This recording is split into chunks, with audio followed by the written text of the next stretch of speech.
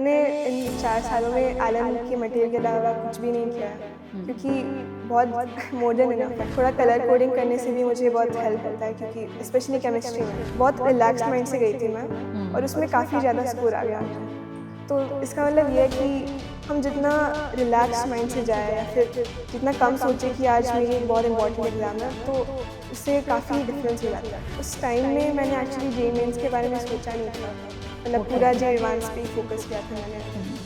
और JEE mains तो मैं बस ऐसे देने जा रही थी क्योंकि बेस्ट ऑफ 2 होता है।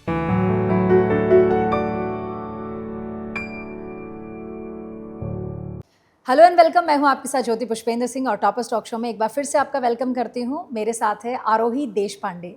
आरोही पुणे से है और 4 साल आरोही कोटा में रही है। जेईई मेंस को आरोही ने बेस्ट स्कोर के साथ टॉप किया है। आरोही वेलकम और कंग्रेचुलेशन। कैसा लग रहा है अभी? बहुत अच्छा। मैं इधर पहली बार इंटरव्यू दे रही हूँ मेरी लाइफ में, तो अच्छा लग रहा है। अच्छा आरोही, फैमिली को खुशी हमसे ज़्यादा होती है जब हम कुछ अचीव करते हैं, ऐसा है? हाँ बिल्कुल है।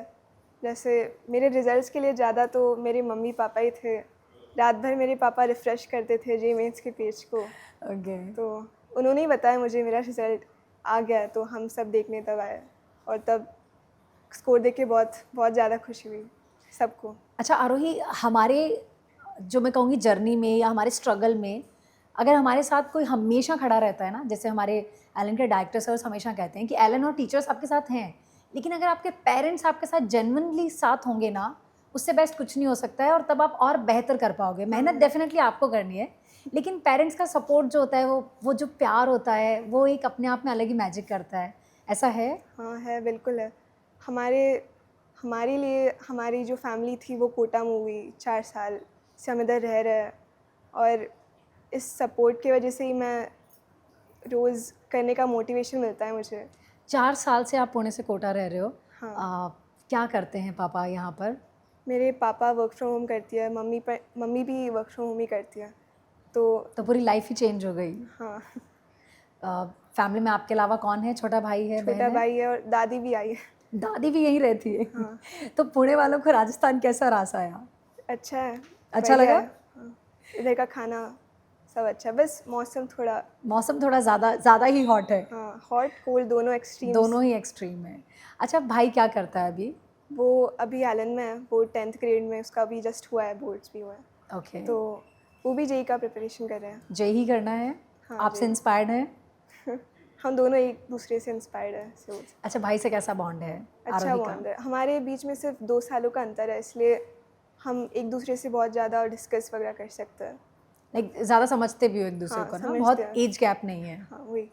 ओके। अच्छा कोटा कैसा लगा और कोटा आना तय कैसे हुआ रोही, क्योंकि बहुत बड़ा फैसला रहा होगा? हाँ, कोटा एक्चुअली हम टाइम अच्छे से मैनेज नहीं कर पा रहे थे पढ़ाई के लिए। जैसे कि मतलब बहुत कुछ प्रिपरेशन करने के लिए टाइम ज़्यादा चाहिए होता है। तो कोटा जब आए तब हमें लगा कि टाइम भी ज़्यादा मिलेगा प्रिपरेशन करने के लिए, और माहौल बहुत इम्पॉर्टेंट होता है पढ़ाई करने के लिए। तो कोटा में ये दोनों चीज़ें थी, और टीचर्स तो अच्छे थे, तो इसलिए हम कोटा में आए। वो फर्स्ट डे याद है एलन हाँ क्लासरूम यार, का? कैसा था? अच्छा था। मतलब मुझे उसी दिन फीवर आ गया था, तो मुझे ओके। अच्छे से ओके, थोड़ा नर्वसनेस में या जेन्युइनली नहीं, टायर्डनेस या जिससे भी? शायद वेदर की वजह से आ गया। ओके। तो पर अच्छा था। तो आरोही ने क्लास में कुछ फ्रेंड्स बनाए आते आते ही? हाँ, एक अभी भी मेरी वो दोस्त है मेरे साथ, जो ओके। मैंने पहले दिन बनाई थी। तो क्या आपकी फ्रेंड भी अच्छा स्कोर कर रही है? हाँ, काफ़ी अच्छा। अच्छा आरोही, फ्रेंड्स इस जर्नी में कैसे हेल्प करते हैं और एक सही पीयर ग्रुप होना कितना ज़रूरी है? जैसे हम कहते भी हैं कि कोटा बच्चे आते इसीलिए हैं कि यहाँ पे कंपटीशन मिले उन्हें क्लासरूम में, तो आप क्या कहेंगी? तो सबको लगता है कि कोटा में कंपटीशन और वो सब बहुत चलता है, पर एक्चुअली इधर पीयर ग्रुप भी बहुत ज़्यादा अच्छा है। सपोर्टिव बहुत ज़्यादा है ये पीयर ग्रुप, क्योंकि हम एक दूसरे से डिस्कस कर सकते हैं, और सब एक दूसरे को मोटिवेट भी करता है। ऐसा नहीं कि मेरे तुमसे ज़्यादा मार्क्स आए तो मैं तुम्हें नीचा मतलब डाउन फील करा रही हूँ, तो वैसा नहीं होता। एक दूसरे को सपोर्ट ही करता है सब लोग, और सब एक दूसरे के जर्नी के पार्ट होता है। तो सब एक साथ जब एक एग्ज़ाम देता है, तो कुछ अलग ही फीलिंग होती है। तो बड़ा अच्छा लग रहा होगा अभी, जैसे आपकी क्लास में अधिकतर स्टूडेंट्स जो अच्छा कर रहे होंगे, आप लोगों को हाँ। आपस में पता भी होगा, तो अच्छा लगा जान के कि पीयर ग्रुप में लोग इनसिक्योरिटीज़ और जेलसी नहीं है, सब एक दूसरे को सपोर्ट करते हैं अपनी जर्नी में। हाँ। अच्छा, आरोही कितने घंटे पढ़ाई करती है क्लासरूम के अलावा?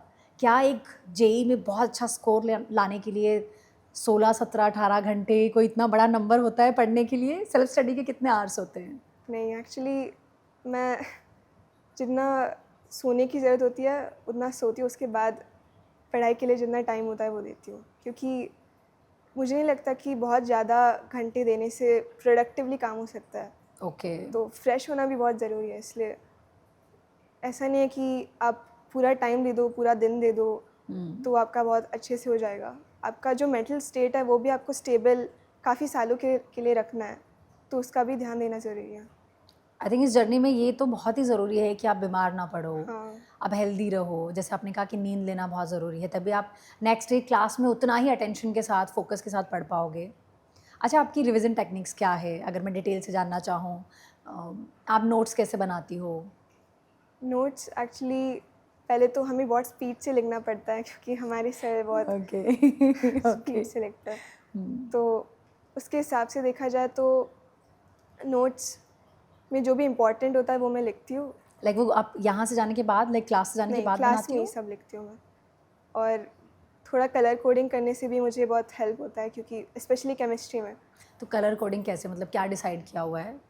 मतलब जैसे कि कुछ अलग इम्पोर्टेंट पॉइंट है तो उसे अलग कलर से लिखा, या फिर साइड में कुछ अगर एक्स्ट्रा नोट दिया है सर ने तो उसे अलग डिब्बे में लिख दिया, ऐसा टाइप। ओके। कभी बैकलॉग रहा आरोही इस जर्नी में? हाँ, रहा है। रहा है? वैसे बहुत बार बीमार पड़ चुकी हूँ मैं, तो उसकी वजह से बैकलॉग बहुत हो जाता है। क्लास मिस हुई एक भी और उसके बाद बैकलॉग हो गया, राइट ना? हाँ, तो ऐसे फिर ही उसे टाइप। कवर करने के लिए एक्स्ट्रा टाइम कहाँ से आता होगा और कैसे मैनेज करना चाहिए? फिर उसके बाद कभी कभी हॉलीडेज़ आ जाती है, या फिर संडेज़ में ज़्यादा फिर कवर अप करने के लिए ज़्यादा टाइम लेती हूँ। और हाँ, वही है। हाँ, मतलब जो भी बीच में आपको टाइम मिले, इन बिटवीन जो भी, उसमें आपका कोशिश करो। ओके। अच्छा, एलन का स्टडी मटेरियल कैसा है? और क्या वो इनफ है या बाहर से भी कुछ आपने मटेरियल पढ़ा है, कोई बुक लेकर पढ़ाई करी है? ऐसा कुछ है या ये सफिशिएंट था? मैंने इन 4 सालों में एलन के मटेरियल के अलावा कुछ भी नहीं किया है, क्योंकि बहुत मोर देन इनफ है, क्योंकि इसमें एक-एक टॉपिक में जो भी सारे डेप्थ के क्वेश्चंस है या फिर मॉडरेट से इजी सारे टाइप के क्वेश्चंस मिल जाते हैं।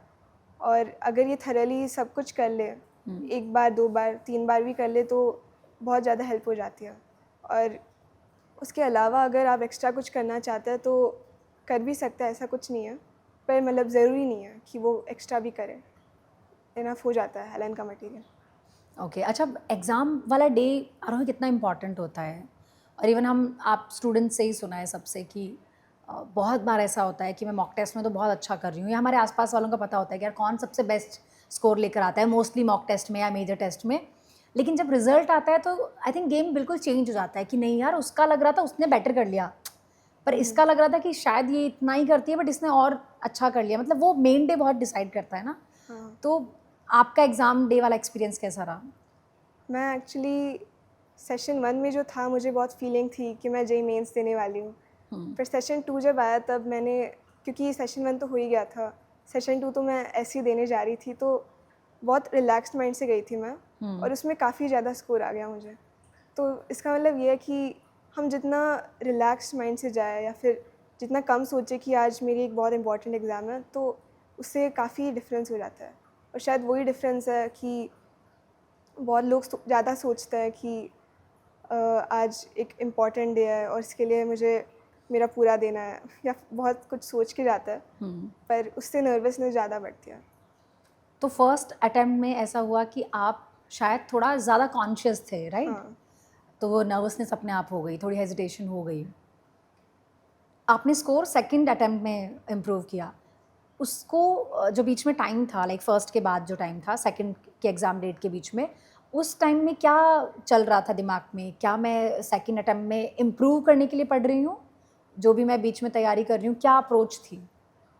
उस टाइम में मैंने एक्चुअली जेईई मेंस के बारे में सोचा नहीं था, मतलब Okay. पूरा जे एडवांस पे ही फोकस किया था मैंने। और जे मेंस तो मैं बस ऐसे देने जा रही थी क्योंकि बेस्ट ऑफ 2 होता है, पर जे मेंस के बारे में नहीं सोचा था मैंने बीच में कुछ। तो आई थिंक ये बहुत अच्छी चीज़ है बाकी स्टूडेंट्स के लिए जो आप एडवाइस करो, जब आप रिलैक्स होकर जाते हो तब आई थिंक आप ज़्यादा अच्छा कर जाते हो। अच्छा आरोही की अब एडवांस के लिए क्या प्रिपरेशन है, क्या स्ट्रैटेजीज़ हैं जो पहले से डिसाइड करिए कि मैं एग्ज़ाम हॉल में क्या करूँगी क्या नहीं करूँगी?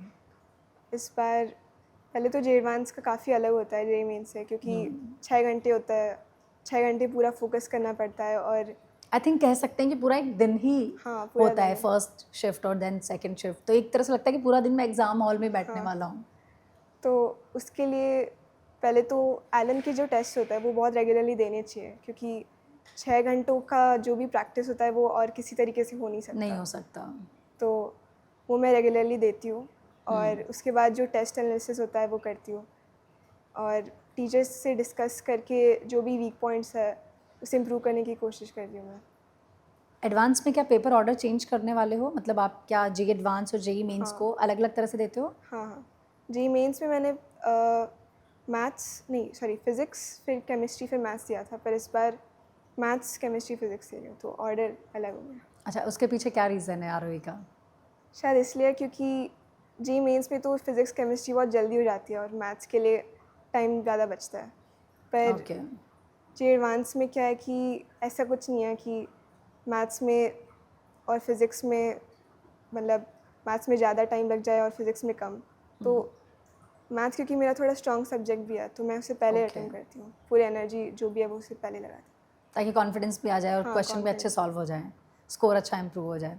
अच्छा आरोही को कौन से कॉलेज में जाना है, ड्रीम कॉलेज क्या है, आरोही की क्या प्लानिंग्स है, क्या आरोही की कोई टू डू लिस्ट है जिसमें कितने टिक मार्क लग चुके हैं? आई थिंक मेंस वाला तो लगी है। हाँ, लग गया। मुझे मतलब आईआईटी जाना है, आईआईटी बॉम्बे। आईआईटी मुंबई जाने के बाद एमआईटी का मन हो गया? नहीं, हमने इतना नहीं देखा है हुआ। अभी रिसेंट हमारे बहुत सारे स्टूडेंट्स को आईआईटी जाने के बाद उन्हें एक और बड़ी अचीवमेंट चाहिए कि अब एमआईटी जाना है।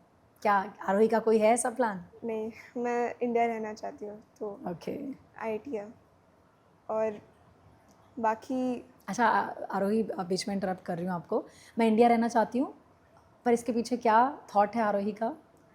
मुझे एक्चुअली मेरे जो भी रिसोर्सेज है या फिर मुझे जो भी एफ़र्ट मैं लगाना चाहती हूँ, मैं इंडिया में लगाना चाहती हूँ। मतलब बाहर जाके मुझे ऐसा कोई शौक़ नहीं है कि बाहर जाके कुछ पढूँ या वैसे कुछ। और मेरी पूरी फैमिली भी इंडिया में ही है, तो मैं इंडिया में ही सेटल होना चाहती हूँ इसलिए। अच्छा आरोही आपने एलन ऐप का यूज़ किया है और ये कैसे एक स्टूडेंट को हेल्प करती है? हाँ, एलन ऐप को मैंने एक्चुअली रिसेंटली यूज़ करना चालू किया था। उसमें एक जो फ़ीचर है इम्प्रूवमेंट बुक वाला, वो उसमें सारी मिस्टेक्स दिख जाती है। उसमें जो भी आपके पास्ट टेस्ट है वो आप फिर से देख सकते हो। कि कहाँ पे मोस्टली मैं मिस्टेक कर रही हूँ, है हाँ, ना? उसमें एक्चुअली वो आ भी जाता है कि किधर किस टॉपिक में ज़्यादा मिस्टेक्स है, नंबर ऑफ़ मिस्टेक्स, वो सब दिख तो जाता वीक है। पॉइंट्स पता चल जाते हाँ, हैं। तो मैंने उसे फिर से रीअटेम्प्ट किया था ओके टॉपिक वाइज। और एक फ्लैश कार्ड्स नाम का भी एक फ़ीचर है, जिसमें मैंने मतलब जैसे केमिस्ट्री के लिए थोड़ा यूज़ किया था, उसने भी काफ़ी हेल्प किया मुझे। ओके चलिए बहुत बहुत शुक्रिया यहाँ आने के लिए आरोही, और बहुत मज़ा आया आपसे बात करके। और आई थिंक थैंक यू। इस इंटरव्यू का बेस्ट पार्ट ये भी था कि आरोही के सामने उसके फादर साहब बैठे हैं और आरोही के चेहरे पे स्माइल देखकर वो बड़े खुश है। अच्छा आरोही क्या करना चाहोगी अपने पापा को एंड में? आई थिंक जब भी ये इंटरव्यू वो देखेंगे उन्हें हमेशा याद रहेगा। हाँ, शायद ये इंटरव्यू वो 10 बार तो देखेंगे। पापा लोग ऐसा करते हैं ना, अपने बच्चे की चीज़ को बार बार देखेंगे ना, और उन्होंने तो ये इंटरव्यू पूरा लाइव देखा है। हाँ, वो भी। चलिए बहुत बहुत शुक्रिया यहाँ आने के लिए आरोही, और उम्मीद करते हैं एडवांस के एग्ज़ाम के बाद हम फिर मिलें और जो भी आपका सपना है वो आप अचीव करो। Thank you thank so you. Much.